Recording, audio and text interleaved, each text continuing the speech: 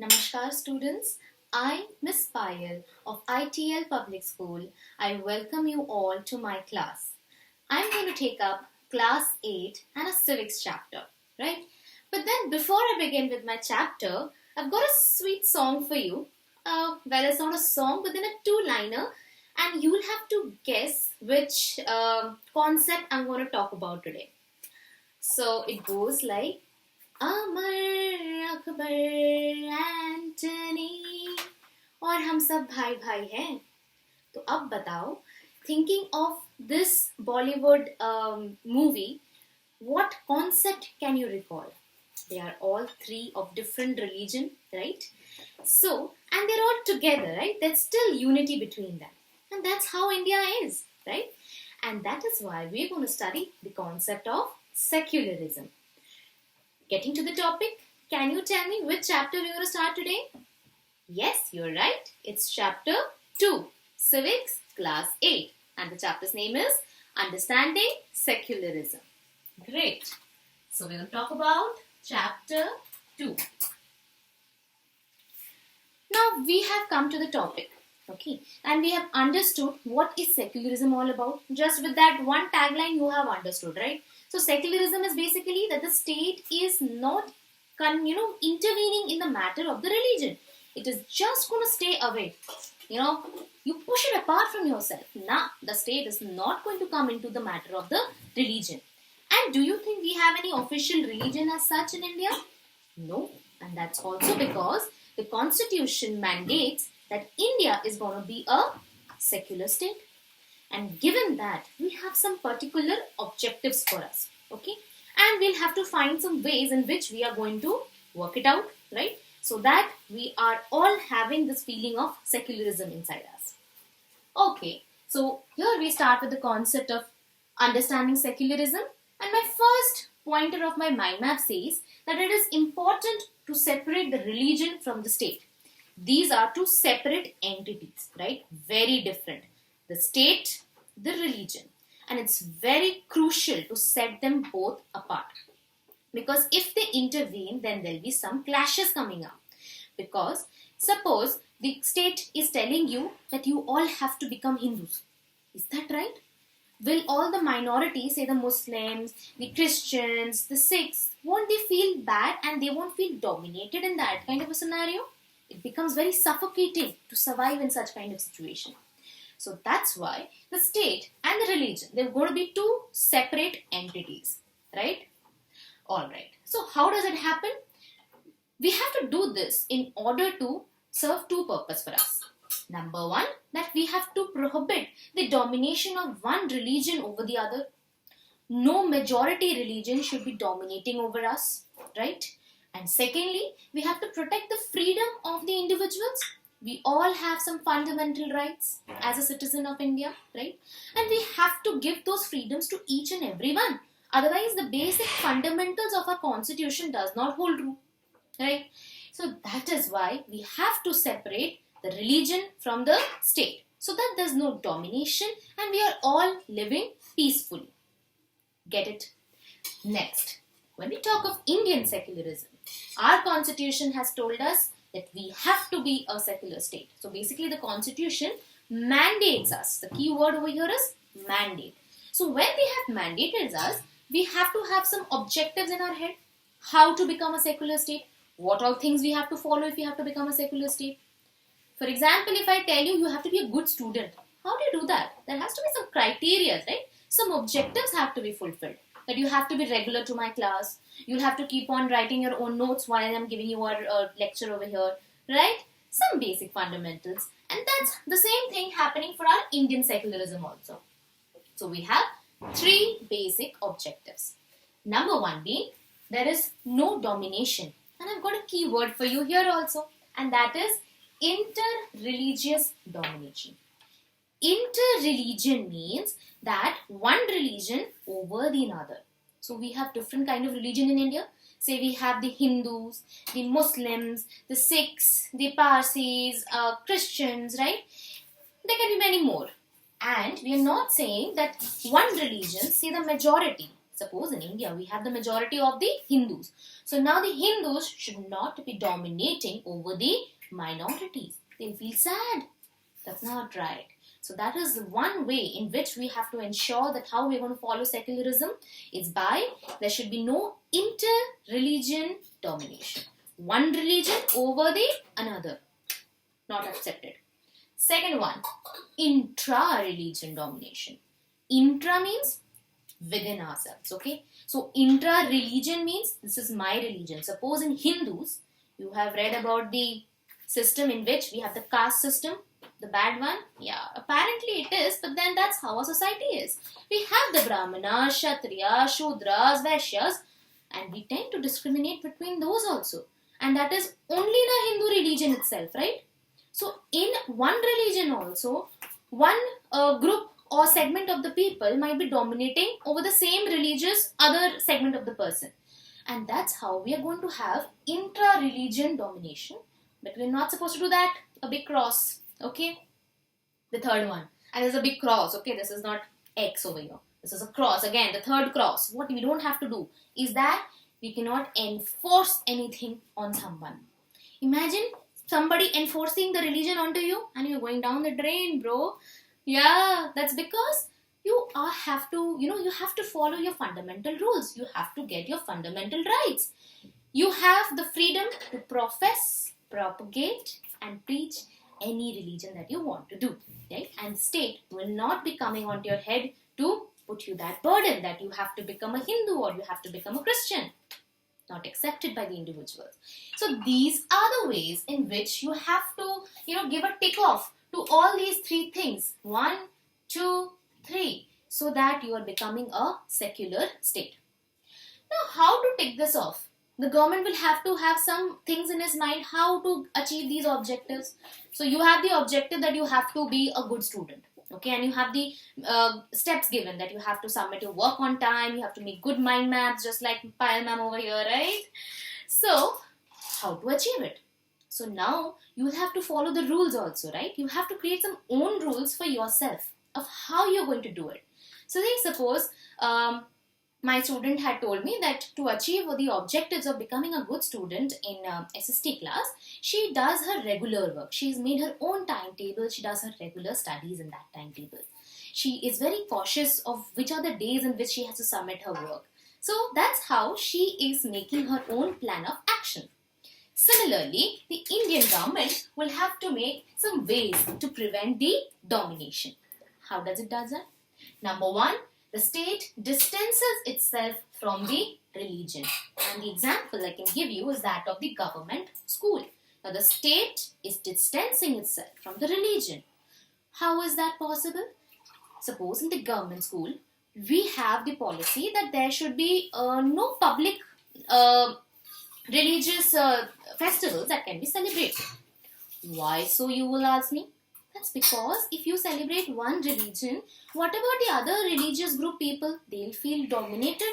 They'll feel sad about it, that why not their religious festival is being celebrated.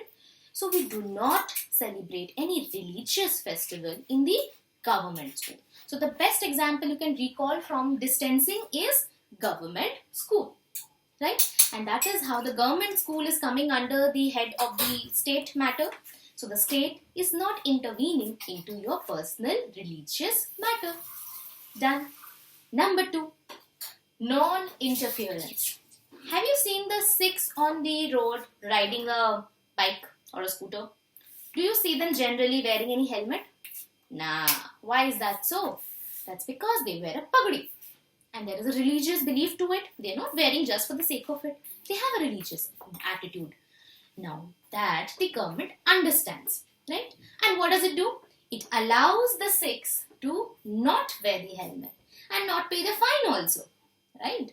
And that is because the government is following the policy of non-interference. It does not interfere into everyone's religious matters.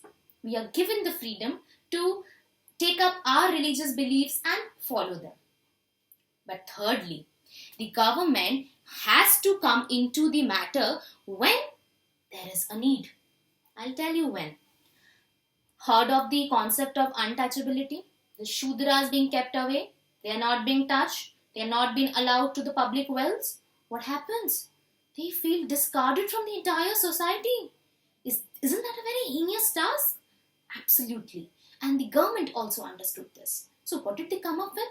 They came up with an article, and I'm asking you to go ahead and research about it.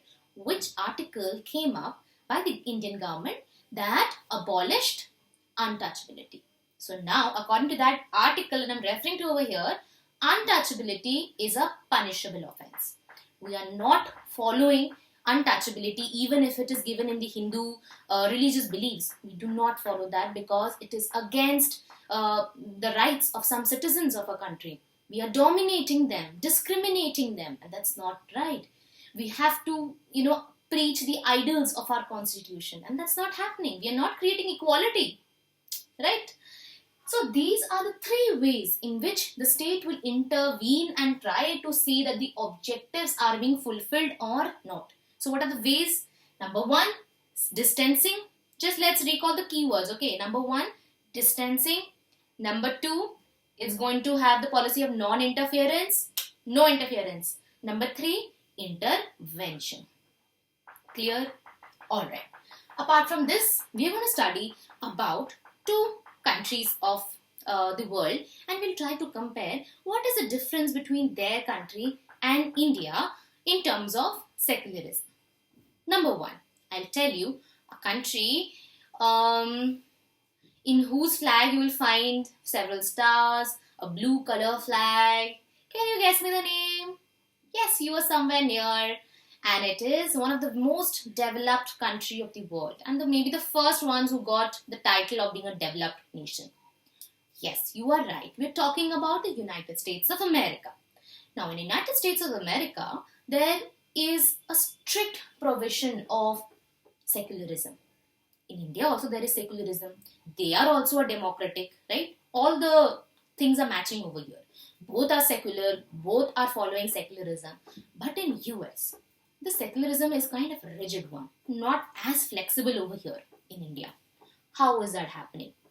Now, when we talk of secularism in USA, they basically have a pledge of allegiance, okay, which all the students have to recite in their schools, okay, in all the schools, okay.